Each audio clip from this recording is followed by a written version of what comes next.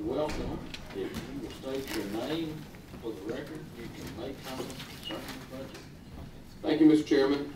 I'm Dustin McDaniel, and I'm the Attorney General, and I appreciate the work that your staff has done so far in helping us to get this budget to this point. I sat in earlier and I listened to Secretary Daniels as he presented his budget, and he is facing some similar concerns as we are. Our budget reflects an increase across the board that attempts to follow the governor's pay plan. Secretary Daniels and I took a similar approach of trying to look at the governor's pay plan and correspond that to similarly situated employees and staff.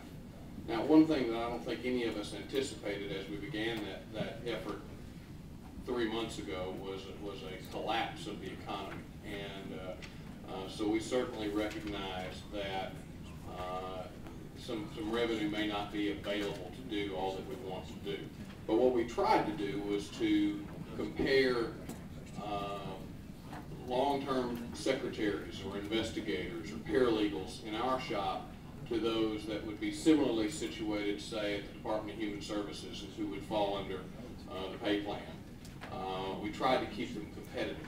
As Secretary Daniels said, if we had actually implemented the governor's pay plan as it was presented to us, it would have resulted in greater than a 20% increase across the board. We certainly didn't want to do that. I don't think I could justify that. And so we tried to compare as best we could and come up with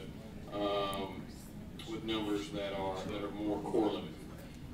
There are a number of additional positions in the budget, some of which I'm in desperate need of, and some of which we don't really know. Key TAM legislation is something that I believe is coming through the session this time. It made some progress in the last legislative session, and that would certainly require an additional staff in our Medicaid fraud control unit. So they are reflected in here. There is an ongoing effort by members of the General Assembly to reevaluate the way certain boards and commissions retain outside counsel, and I have been encouraged to be prepared for the opportunity to represent additional boards and commissions should their outside counsel no longer be necessary. And then there are additional positions in criminal.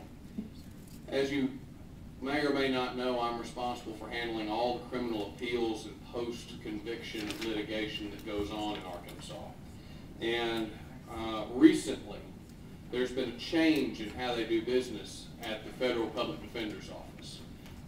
They are able to assign lawyers and federal agents to investigate claims, and they have an apparently unlimited amount of money with which to hire expert witnesses. We have a case that's ongoing now, a man named Tarek Nooner, who is on death row for murdering a UALR student at a laundromat in Little Rock. He committed this murder on videotape, and both he and an accomplice confessed the next day, and he's been on death row since his conviction. The Federal Public Defender's Office sent federal agents. The witnesses and former jurors thought they were dealing with FBI agents for operating on behalf of the state or on behalf of the families of the victim. Instead, they were all working to try and get Mr. Nooner off of death row.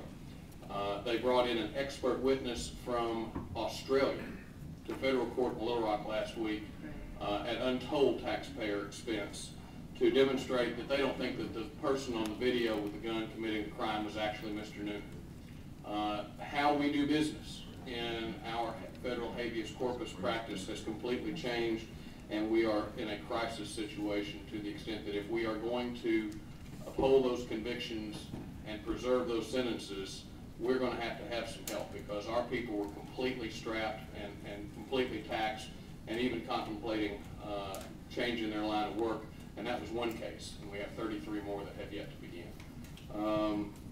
And then lastly, there are additional investigators. And I can tell you that when Bill Gwatney was shot, Capitol Police did a tremendous job of securing the Capitol. Little Rock Police did a tremendous job of securing downtown.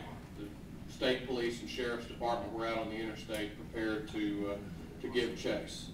And I couldn't get anyone to assist down at the Attorney General's office, where I had 160 state employees kind of as sitting ducks. And I was safe. I was in Jonesboro, and the state police sent a state trooper to check on me until they knew what was going on and they had a better understanding of the situation. I wasn't worried about me. I was worried about those people at the office who have absolutely no security at all.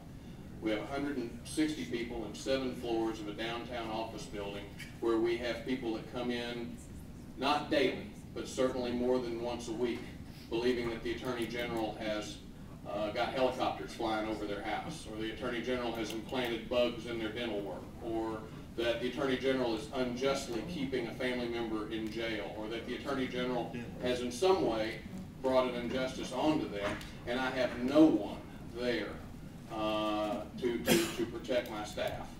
And we're one of very few attorneys general in the United States that have no certified law enforcement personnel on staff. I have a number of investigators, but none of them are certified law enforcement officers. They can't use force with a belligerent person, which we have had to remove people.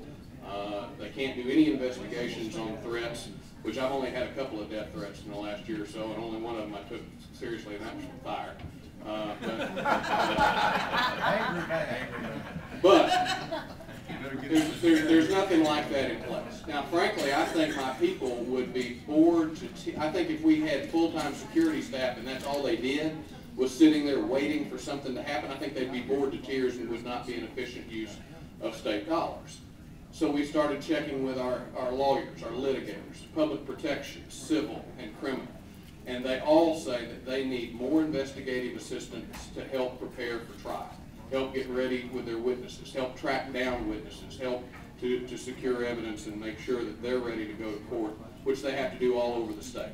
So what I would envision is these investigators that would be in our operations division to be pretty well full-time investigators, but also certified law enforcement personnel to the extent that anyone in that office needs or requires security, they should have it. I think that they're every bit as entitled to that level of safety as other areas of state government. So with that, I'd be more than happy to answer any questions.